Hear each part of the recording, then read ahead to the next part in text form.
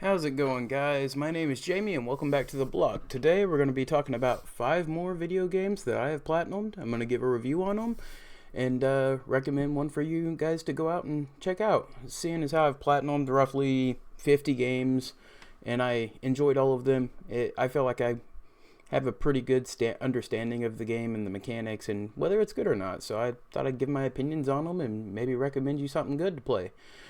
So with that being said, number one on this video is Resident Evil 3 Remake. I platinumed this on April 25th of 2020.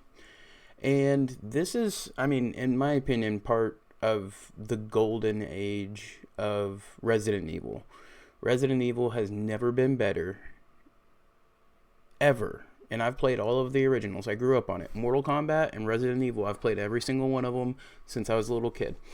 And this is truly the golden age of Resident Evil. Now, is this as good as Resident Evil 2 Remake? No. No, it's not. They cut a few out. They cut a few pieces out. The clock tower is the big one that people had a problem with. But Jill's awesome. Carlos got the biggest upgrade in Resident Evil history ever. Carlos is awesome in this game.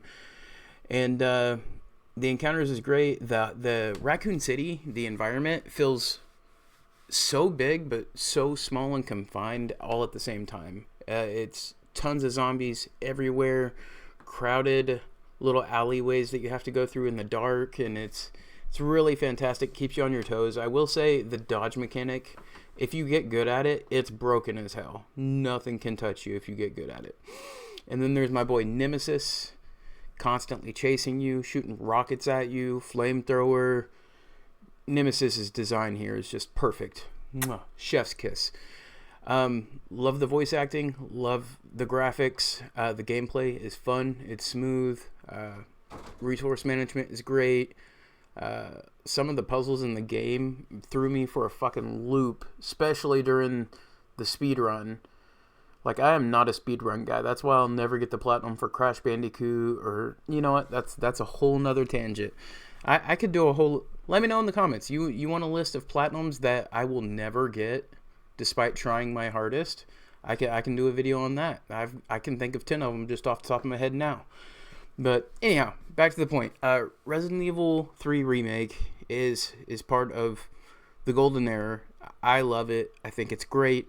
And pretty much, it would probably be one that I would recommend for someone to play the first time, because in my opinion, out of all the remakes, it is the easiest overall on normal difficulty out of all of them, in my opinion, due to the dodge mechanic.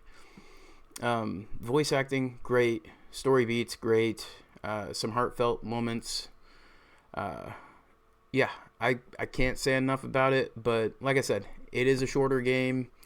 They did cut out some of the original stuff. Like, the clock tower was really fun in the original, I remember. And then there's one Nemesis boss fight that is almost a joke.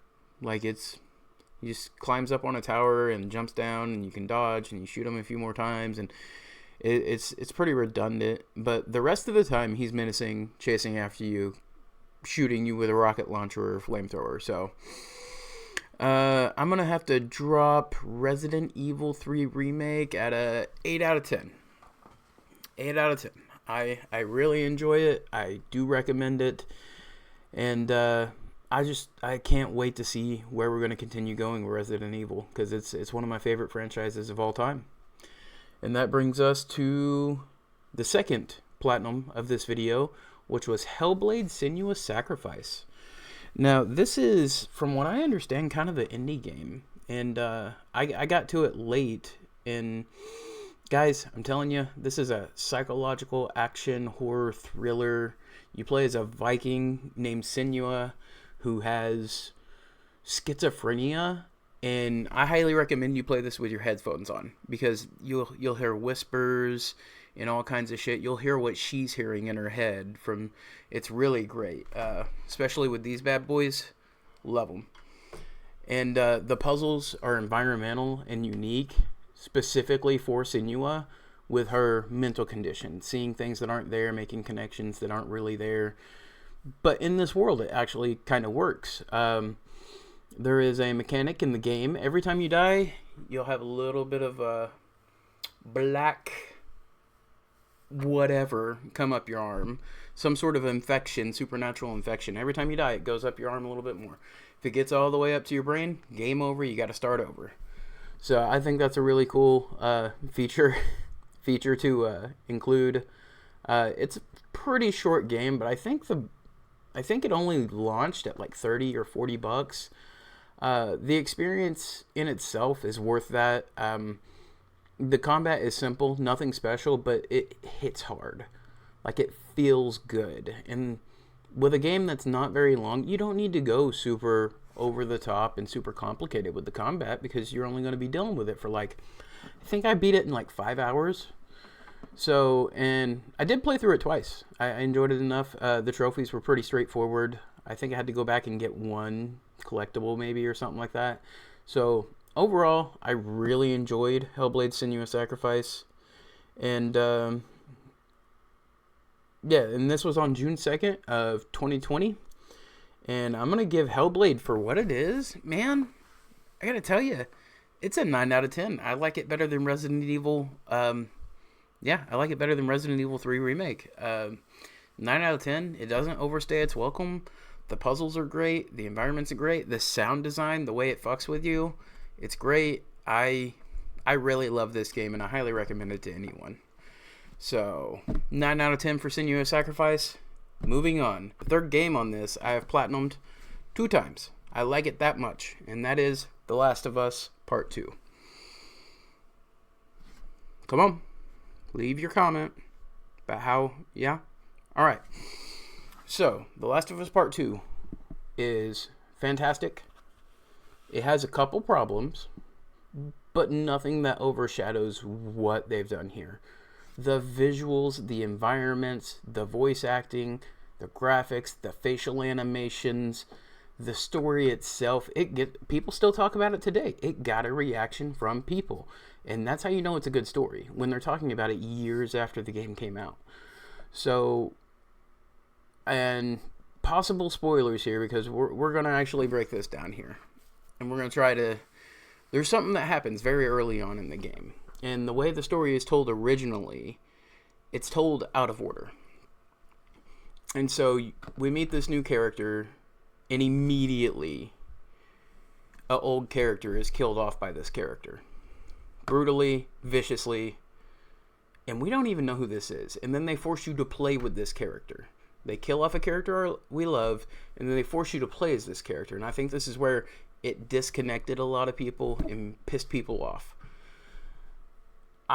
This last time I platinumed it, just recently, like last month, I played it in chronological order. That's a new mode that they've added.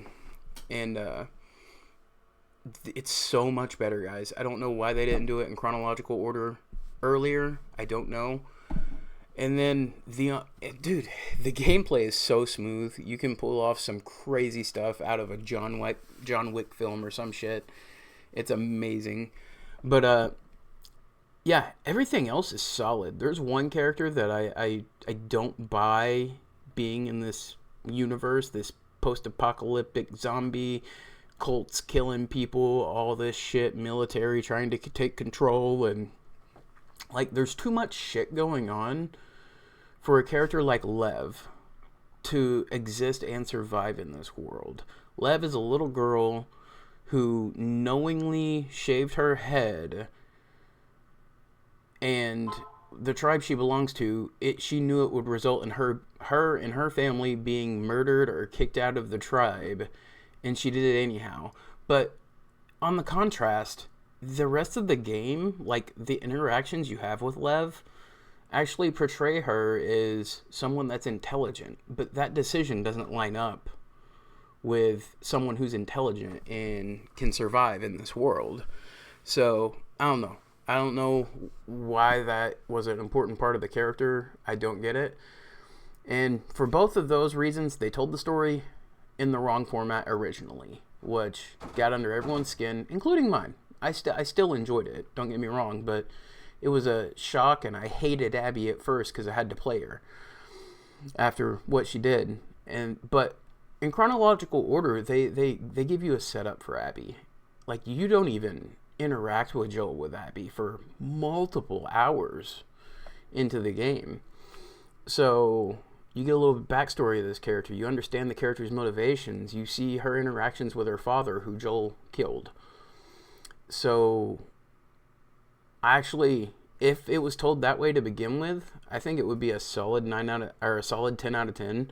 But with those two flaws, and by the way, this one was I platinumed June 29th of 2020, and I'm going to give this a 9 out of 10 for The Last of Us Part 2. I've platinumed it twice, and I feel like that's fair evaluation. Like I said, there's a couple of character moments, and the way they originally told the story is a problem, in my opinion. I don't know why they decided to go that way. I don't know if it was just for shock value. It's still shocking in chronological order, so I don't get it. But yes, 9 out of 10, fantastic game. Probably the best gameplay of anything on this list. It just feels so good. And so that takes us to the fourth on this list, and that is Resident Evil 7. And my lord, taking Resident Evil and swapping it over to first person, giving us a fresh protagonist, fresh antagonists, new locations, taking it back to horror, making it feel scary again instead of just action, just zombie shooter. It's dark, it's creepy. Your wife freaks out on you and stabs you in the hand and chops your arm off with a... I mean, this is just in the first act, okay? Ethan's a little dim-witted. I'll give him that. He's I wouldn't be in the situation that he found himself in. We'll say that. But I think that's kind of the point, because there's in the next game they kind of clear something up, and I think that might allude to why he's a little bit less emotional than most people and a little bit more toned down at some of the moments. But the Baker family is horrifying. Great stuff. Texas Chainsaw Massacre and family inspired for sure, 100%. Jack Baker, Marguerite Baker, with the insects crawling out of her stomach and flying out of her mouth and shit. It's great. The videotapes were cool. You can play videotapes of other people that have been at the residence and find out secrets that they discovered or either missed that caused them to die. And so in real time, you can go find those secrets and avoid, what happened to them. So some great puzzles in here. The first person's perspective is needed, and they actually built off of it. This wasn't a one-off. There was a continuation of Ethan's story, and I gotta really respect that. It took balls to just like shift gears like that and take it into a first-person perspective. And this right here, it's another 9 out of 10, man. It's a great game. Play it at night with the lights out. If you haven't played it yet, I highly recommend you go get it, because it, like I said, still part of the golden age. Since 7 and the remake started, Resident Evil Gold. I'm not talking about any of the spin-off mini games or whatever. I'm talking about the base games, the base story, the base continuity. It's amazing. It's fantastic. I love it. And that's going to take us to our next game. The last game on this list, I've also platinumed twice. Any chance I get for a game that I love to go back and play it again, I'll do it. And these released with updated PS5 versions, free on PlayStation Plus, and that gave me the excuse. So the fifth and final game on this video is Ghost of Tsushima. We follow Jin Sakai, the samurai, and he's cutting down some Mongols. Fantastic, beautiful, absolutely beautiful environments. Like, just riding through the fucking fields with flower blossoms flowing through your hair and wildlife, and just you can see every little detail. It's amazing. The story's pretty great. I actually really hate his uncle though. But yeah, the Mongol invasion comes in. Your samurai get taken out because you fight with honor, and the Mongols don't give a fuck about honor. They just want to fuck you up. All right, they're conquerors, and that's what they're doing.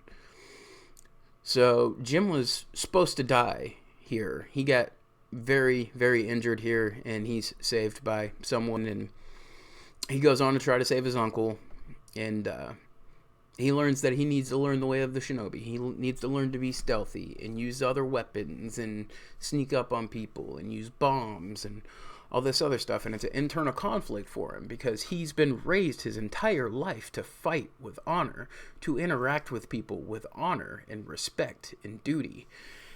But at the same time, it's war. And Jin eventually realizes this, and he gets shit done. Saves his uncle. He saves the island of Tsushima. And then what happens? Well, DLC comes around, and Uncle doesn't like who he's become. Uncle doesn't approve. Uncle wants him dishonored and executed. Yeah, his uncle's real fucking grateful. Anyhow, so you have a showdown with Uncle, you kick Uncle's ass, and then you leave. And there's an Easter egg for Jin in Ghost of Yote. I'm not gonna spoil that for you. That's a newer game, but there's some reference to Jin in there. It's not a huge thing, but it's really nice to see. Anyhow, it's a great story, and dude, the gameplay, the swordplay is so unbelievably satisfying. Just slashing people up, the standoffs, the takedown chains that you can get. I mean, you can take out a whole base if you want to, and no one notices. The bow is overpowered. You can headshot from like half a mile away. It's kind of insane. So, yeah. Ghost of Tsushima is just fantastic. There's some things about the story I don't understand. When it comes to war, and it may be a culture thing, but when it comes to war, I don't really understand the thought process of honor. It's war. It's all or nothing. If you lose, that's game over for you and everyone you love. So that may be just a me thing. This is a really big game. Pretty big open world. 60, 70 hours for the platinum. But some of the side activities are repetitive, and that's a reoccurring thing for most open world games because they're so big and they're so long, and you can only think up of so many activities to do. And I'm gonna give Ghost of Tsushima a 9 out of 10. All right, I can sit here and talk about this game because it came out of nowhere, and I didn't even think the game was real until I saw Sucker Punch on it, and I was like, oh, okay, they're cooking again. All right, because the Infamous series is something I've loved for a long time. But anyhow, I'm going to keep on about this stupid game. All right, so Ghost of Tsushima is a 9 out of 10. I love it. It's fantastic. Graphics, gameplay, side missions. If you want to dump some time into a beautiful world and get lost in it, this is your game. Oh my god, now to choose a winner. Which one would I recommend over all of the other ones? Oof. You know what? Overall, I think I'm going to recommend Ghost of Tsushima. If you have to pick any of these games, I'd say Ghost of Tsushima. It was going to be The Last of Us or Resident Evil, but some people may not like horror too much, and other people, with The Last of Us Part 2 being a sequel, you may not have played the first one. You may get sheltered, because you're not allowed to play the game Last of Us 2 in chronological order at first. You got to beat it first to unlock chronological order. And so, the story may be off-putting if you played the first game. So I think everyone could enjoy some Ghost of Tsushima. So those are my opinions. Ghost of Tsushima is the winner and the one I would recommend if you could only get one. You can find that $10 to $20, and it is well worth it right now. So that's my 5 for this video. I hope you guys enjoyed. Have an excellent day, and like and subscribe if you've seen anything. Let me know down below. What was your favorite? Have you played these? Did you find something new to play? I will, you know what? I'll go ahead and give my update now. Alright, so right now, I'm in the process of getting a new gaming setup, a new PC, everything like that, so I can make some more gameplay videos for you. I'm drip feeding the dispatch stuff out for you. So my PC should show up somewhere between December 1st and December 3rd. So I should be able to get that pulled out, get everything hooked up, worked out. I'm going to start streaming over on Twitch when I get that, and then I'll take those, break them down into little bite-sized videos for you, and you can come interact with me on Twitch. Streaming over here, it's just everything's so censored over here on YouTube that streaming is just a problem. Like, my phone can't even ring and it gets copywritten because it's the Dexter theme song. So maybe I have a little bit more luck streaming over on Twitch. And yeah, and I am working on another ABCs of Horror video for you guys. I'm halfway through the watch list. I've watched 5 out of the 10 movies, so just give me some time. I'm working on it. I will get it out to you guys. I think the next one I'm watching is Beau is Afraid over on HBO. So I'm working on that for you guys too. TikTok Tuesdays are going to keep coming. Boy, the brain rot on that's hurting me, but I'm going to keep pushing it out. So any questions, comments, let me know what you want to see down below. If you like the video, like, subscribe, please. It helps me immensely. I would love to turn this into something that I can actually, quit my job and make more content for you guys. So with that being said, thank you for visiting me here on the block, and you guys have an excellent day. Talk to you later. Bye.